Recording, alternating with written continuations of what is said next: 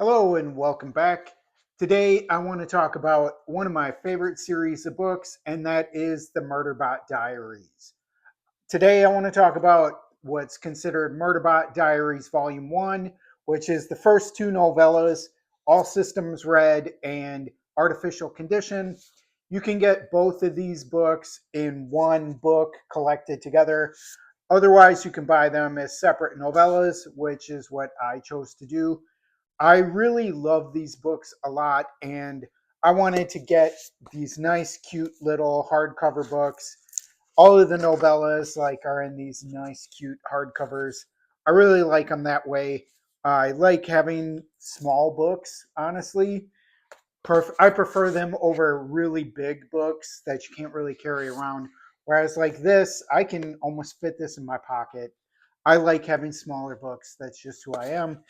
And I have purchased all of the Murderbot Diary novellas and all of the novels.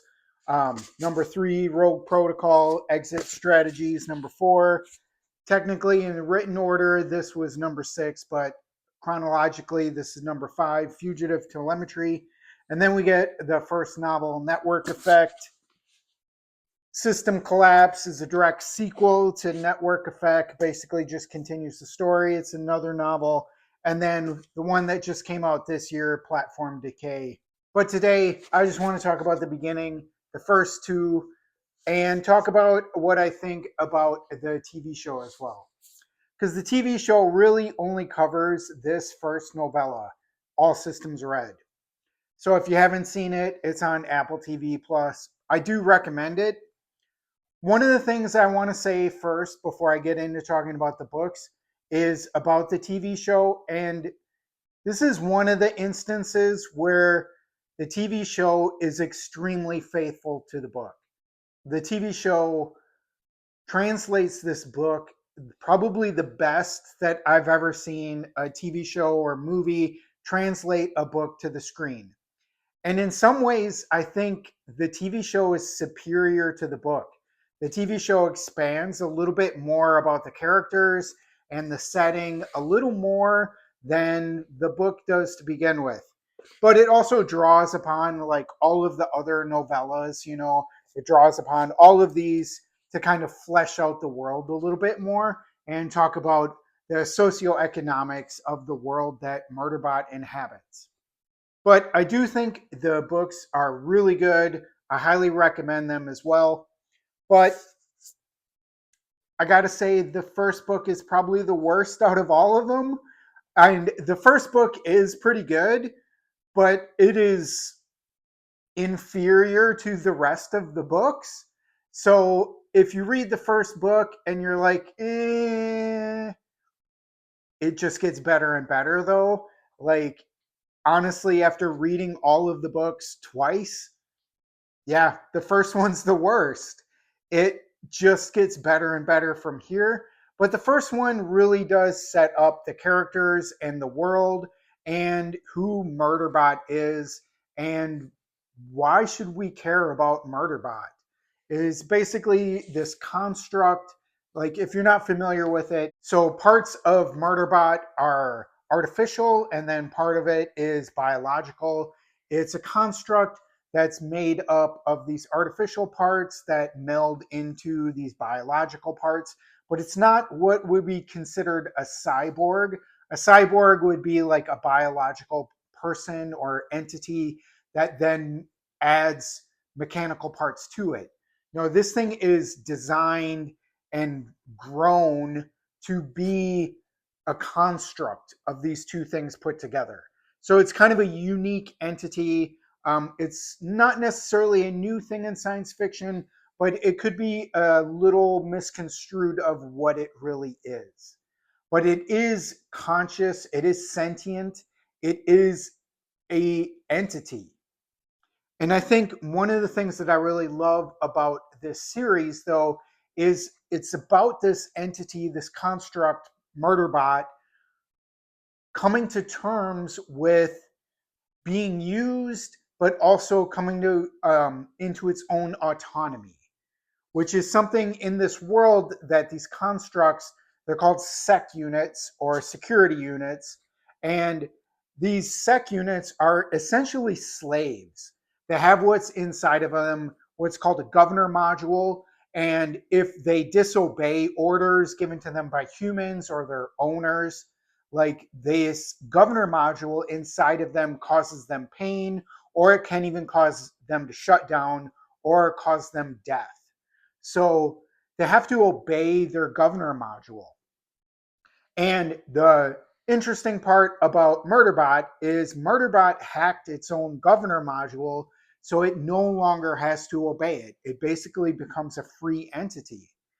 But one of the interesting things about Murderbot is that it doesn't do what people expect, like these sec units or these constructs, to do once they become free. Like the human society, especially in their media, a lot of this book series is also about how people or these constructs or Murderbot interacts with media and how media shapes people's identities and their behavior. So Murderbot hacks its own governor module, but it doesn't go on this killing spree, which is how these sec units, these rogue sec units that hack their own governor modules, are portrayed in the media in this world. And I think right away in the beginning, on like the very first page in chapter 1 here, it talks really about like what's going on with Murderbot. It opens perfectly where he's like, I could have become a mass murderer after I hacked my governor module, but then I realized I could access the combined feed of entertainment channels carried on the company satellites. It's been well over 35,000 hours since then, with still not much murdering, but probably, I don't know, a little under 35,000 hours of movies, serials, books, plays, and music consumed. As a heartless killing machine, I was a terrible failure. And that really talks about how this murder bot interacts with the world around it. If it could, it would just keep consuming media and not really worry too much about anything else. But to keep consuming media, though, it really wants to travel more and interact with people and interact with different space stations and go around and keep being able to watch TV and read books, and which is one of the things I really identify with this character about. Is if I could, that's what I would spend almost all of my time doing. And on my free days, that's really what I spend my time doing. I spend my time reading. I read a lot. I spend my time watching movies, watch TV, play video games, and just consuming media, which is awesome. And so I really connect with that right away with this character. But there's so many other things that I connect with it about, though. And I want to reemphasize what the main theme, especially with these first two novellas, is about this idea of autonomy. So Murderbot frees itself, but it doesn't have the ability to just go and do what it wants. It's very similar to our lives today. Like I could just sit around and watch TV, but I have to exist somehow. And to be able to exist, I have to go out and get a job. I have to earn money, and that will help me consume more media and so on, which is very similar for Murderbot. It doesn't know what to do right away, so it just basically keeps its job that it had before as a security unit, but it just never tells the people that it works for that it is essentially free. But it doesn't know what else to do with its life. And this first novella, like what happens is it's assigned to this group of people that hire it, and they work from the company that Murderbot works for. They never name the company. And these books also talk a lot about capitalism and corporate mentality. And so these people from this free planet come and hire the Murderbot, and they secure these mining rights or exploration rights from a corporation, and the corporation will supply them with different things they need to survive on a planet and spaceships to go back and forth. from these other different planets. So Murderbot goes down with them to this new planet that has hostile fauna on it, and that's really how the books begins. These people from this free planet, which is called Preservation Ox, they get attacked by some hostile fauna, and then Murderbot basically uses his skills to help save them. And one of the skills that he has, though, comes from the media that he watches. And that's kind of how these people start to realize that this sec unit is a little different than other sec units because it has a little more humanity to it. And that humanity comes from all of the media that it's consumed. It loves watching TV, and especially this TV show called Sanctuary Moon. And that's one of the great things about the TV show is they expand a little bit more about Sanctuary Moon. We actually see clips from the TV show, which is something they don't do in the book, which again is one of the reasons why I think the TV show is almost a little better than the book, at least in this first book. I'm really excited to see what they do for season 2 with the second book. But anyways, the people from Preservation Ox discover that Murderbot has hacked its governor module, that it doesn't need to obey them, but it still wants to help them. It still wants to help them out a lot, but it's uncomfortable around them. There's many parts in the story where Murderbot wants to stay in its armor. Like if you see here, like we have, basically a good shot of the armor here that it wears most of the time. It has a human visage, like it has a human looking face, and it is basically constructed like a human, but most of the time it wears this armor. And this armor is kind of a metaphor to talk about how it interacts with other people, how it really doesn't want to interact with other people. It keeps the armor on so it can cut down on unnecessary interaction with people, and also so it doesn't have to talk to people more than necessary. But it also doesn't want to be rude. It doesn't want to be mean. It doesn't want to be cruel. It basically has a hard time filtering out, though, its real emotions. So it keeps this armor on, this faceplate on, so that the people can't tell what it's feeling. But it does have feelings. And it's unsure sometimes of why it feels a certain way.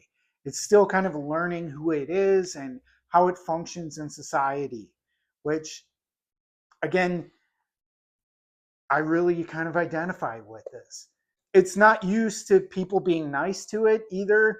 And that's one of the things that Preservation Ox does, because in their society, on their planet, they have free bots, and they consider this kind of construct and the way that the corporation uses these constructs as slavery. So it really, they didn't want to even have Murderbot when they got the mining rights or exploration rights to this planet, but they were forced to because the company made them for security. But Murderbot doesn't want to hurt people, and there's a part in the story even where the antagonist, which I'll talk about in just a second, but the antagonist like put something. There's a port in the back of his neck, and they put a program in there to take control of him and to prevent that, so it doesn't hurt the people that he's trying to protect. He shoots himself in the chest and almost kills himself, but the people are able to fix him and bring him back. So the antagonists in the first novella are this other corporation called Grey Chris. And one of the interesting things about this world that Martha Wells puts into this world is there are aliens in this world, but all the aliens are kind of extinct or gone, but there are alien remnants on all of these different planets. And people come about them, not often, but sometimes. And they have these treaties where if you come upon any alien artifacts or alien biology, you have to, call in an arbiter to, secure the area and all that stuff. But Grey Chris on this planet in this book, they're trying to sell the stuff on the black market. So they want to take out the Preservation Ox team they've already taken out another team of people that are on the planet that had their own sec units too. They took control of their sec unit and then made them kill the entire team. I'm not going to go into everything that happens in these books, but that's one of the things that happens. But really, the themes are what I want to cover in these books.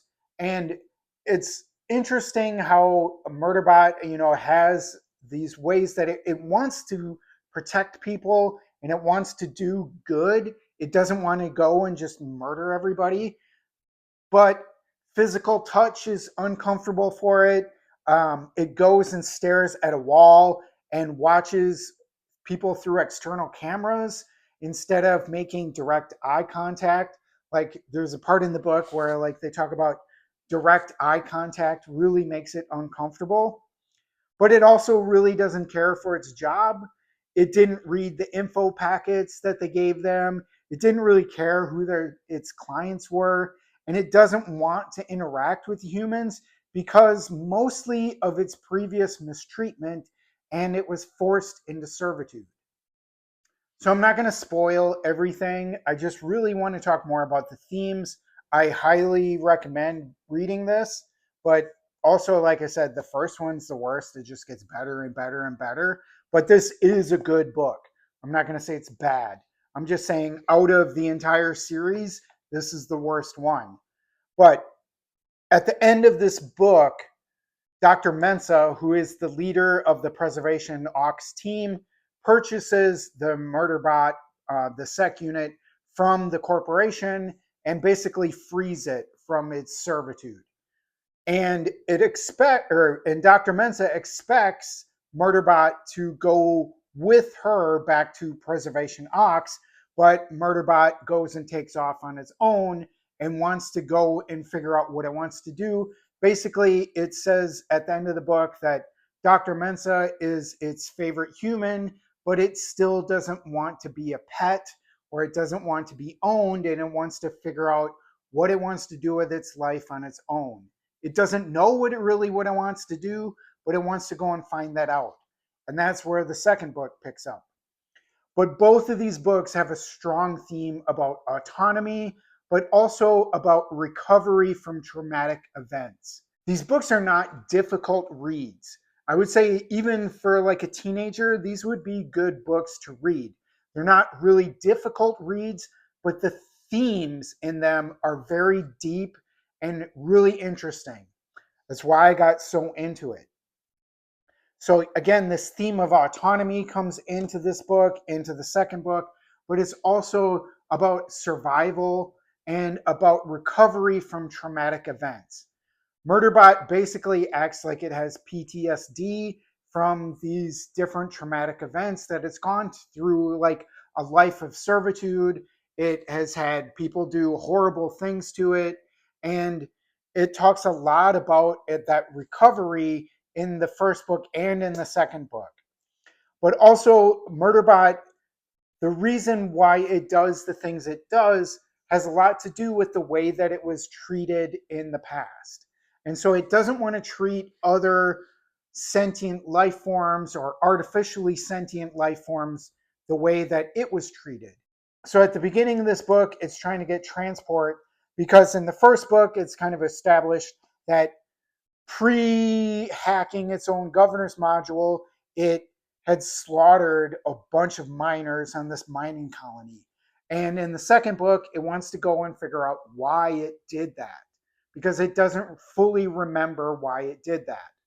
And so it's going and talking about these traumatic events that it's also gone through, while it was in servitude.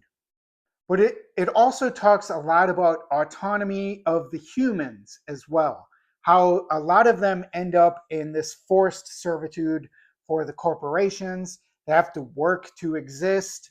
Again, that's similar to our society right now. Like we have to work to survive. It is in some ways forced servitude. And so the company had to make these sec units, though, and they had to make them smart. Otherwise, they'd have to use human supervisors. But they didn't anticipate and or care that this would give these sec units anxiety, depression, other emotions that come with being a sentient individual and being forced into servitude. So in the second book, we get to meet my favorite character in the entire series, besides Murderbot. I love Murderbot. But my second favorite character is this artificial intelligence that runs this transport that Murderbot calls ART. And it calls it ART because it's an acronym for Asshole Research Transport, which when I first read that, I laughed really hard. I thought it was extremely funny because that's the way it acts. It is kind of an asshole, but it's also really blunt and it's caring though too. It's really interesting. It's a very interesting character. I don't want to again go into too much of spoilers, but Art helps Murderbot recover a little bit from its PTSD, and it also alters Murderbot so that it can blend in with people a bit more. It helps Murderbot blend in with humans more. It makes its hair grow like on its arms and on its head a little more so that it doesn't look like every other sec unit out there. It also does this kind of drastic surgery to Murderbot where it cuts parts of its legs and arms and shortens them a little bit so that it doesn't have the same specs as all other sec units. But Art is this research transport that Murderbot hitches a ride on, and it's unlike any of the other transports that Murderbot had been on. Other cargo ships that it's been on, it usually has like a rudimentary intelligence. And even then, though, Murderbot doesn't want to hack these cargo bots because it wants to respect their autonomy.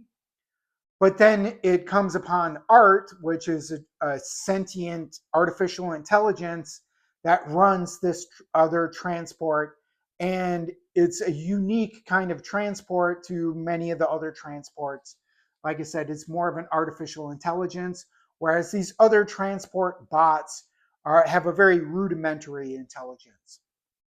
But Art is much more complex. And it becomes Murderbot's friend in many ways. They bicker amongst each other, and at the beginning, they don't really like each other, and that's why Murderbot calls it the asshole research transport.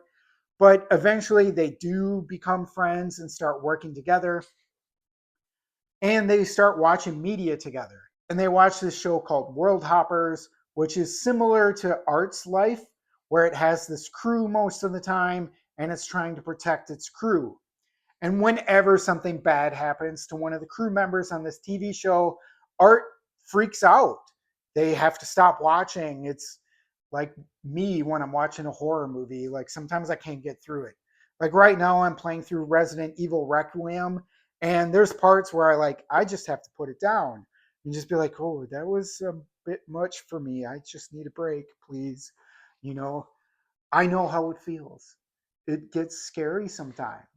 And so it's really funny how Art gets scared watching some of these things that happen to it. But it also needs Murderbot to help contextualize what it's watching. You know, it doesn't properly understand a show unless it can read another's reactions. And so it needs to gauge Murderbot's reactions to tell whether something good or bad is happening, or to understand how to contextualize these different emotions from these different events that happened. Art has a real hard time with death in characters in fiction. Like I said, it has to basically just stop watching when something bad happens, which I think is really interesting. But Murderbot understands as well and is patient with Art. It's really an interesting dynamic that these two have.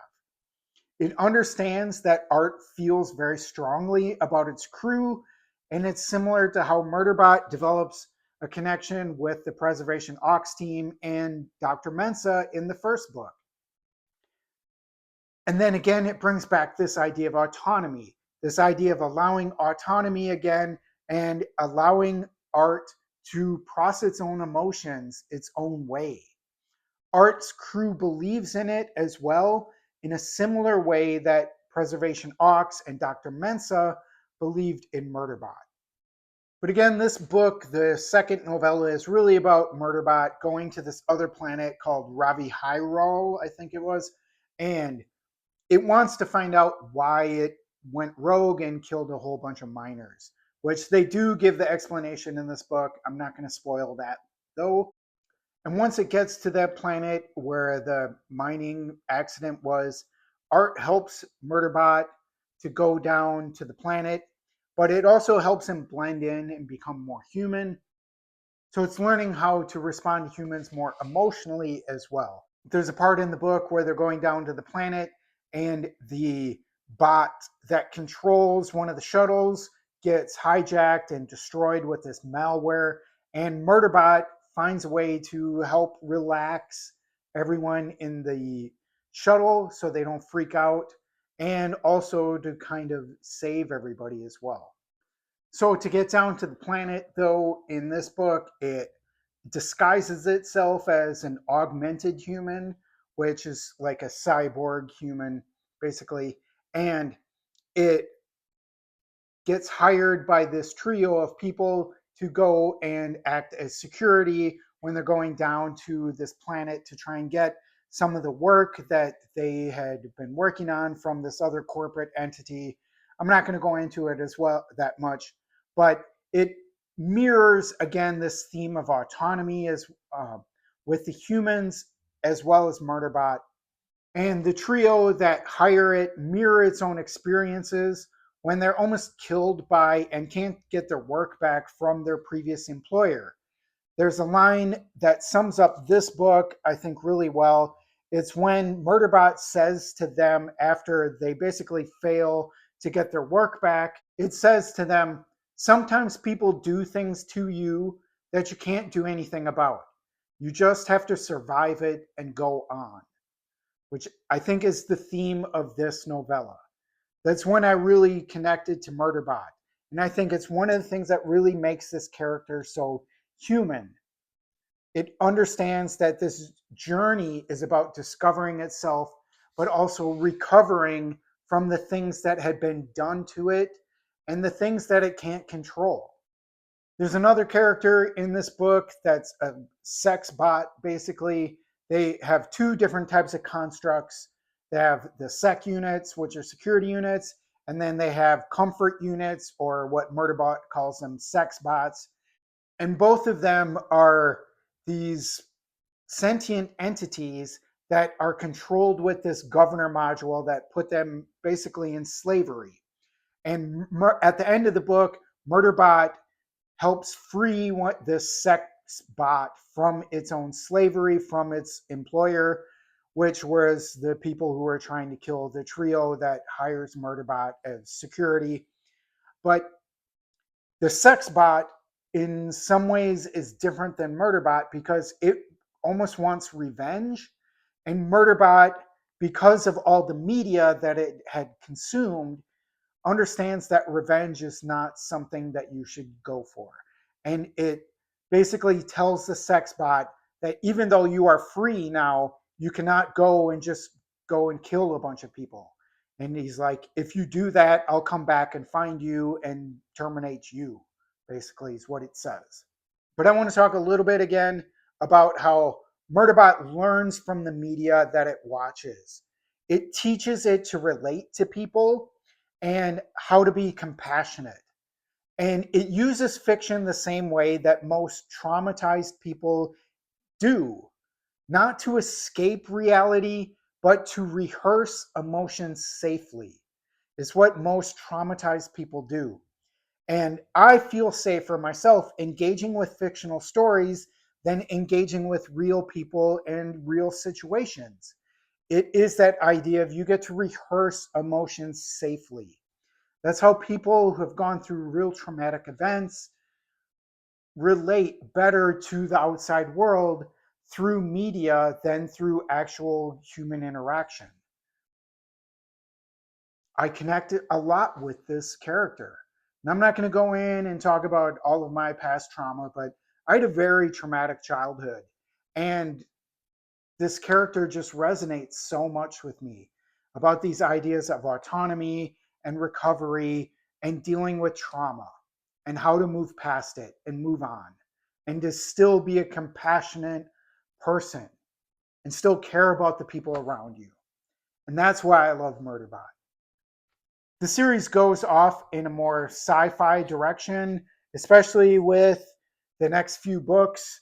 Not so much these three novellas, but once you get to Network Effect, it goes off in a really big sci-fi way. I'm not going to talk about those today. Those are going to be in a video coming in the next few weeks. Next time, I'm going to talk about basically Murderbot Diaries Volume 2, which is Rogue Protocol and Exit Strategy. These two kind of wrap up the entire story that started with these two. I would say that all four of these novellas comprise one long narrative. And then, this one is kind of a side story. And then it picks up where it really goes off into this more sci-fi area with Network Effect and into the next two books. But I'll talk about those in the future. Please, if you enjoyed this video, please give it a like. Please subscribe. Like I said, I'll be talking about these next, especially if you want to hear about more Murderbot and more of the themes and stuff in the books. I'll talk about these in the next video where I do a book review coming in a week or so. Thanks for watching. I hope you have a wonderful day.